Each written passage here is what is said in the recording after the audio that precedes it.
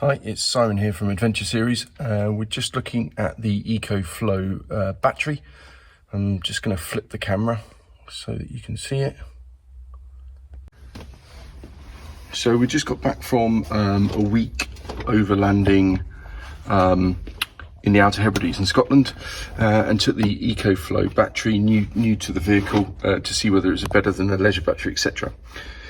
This was the 288 amp hour version, but you can now see that actually it's got the additional battery, making it nearly 600 amp hours added to the bottom now, which makes it a bit taller.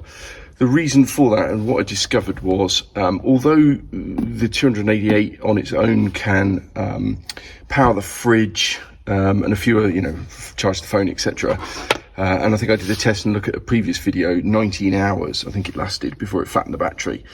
The reality was that even on a trip where I've got solar panels, I've got the solar panels here as well that I bought, and was charging it off the vehicle while we were traveling, it wasn't enough to keep it charged. And it was really quickly got flat. So we were driving maybe 3 hours a day or something like that, and it just wasn't enough to keep it charged. And then, getting to a campsite late, and then putting out the panels, we're probably getting a couple of hours of daylight sunlight, etc. And it was rainy and blah blah, usual story. Never enough solar, so it never really got charged. And then by the end of the week, it was completely flat, and there was no way to charge it because we just weren't doing enough distance. So I upgraded it by buying the extra battery, which sits on the bottom. They're very cool. It just bolts in. You take the original bottom off, put the new battery on, and then put the bottom back on. So nice feature. So now you can see you've got this little symbol here that tells me it's got the extra battery on. You can see the battery's lighting up down there.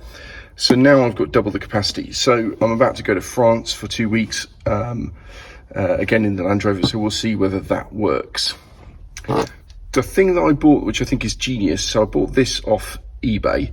It's a splitter, and the reason this is genius, I can plug this into the side here, which is where it goes in to give it input. But I can put the solar panel on one, and I can put the Land Rover on the other, so that it's charging.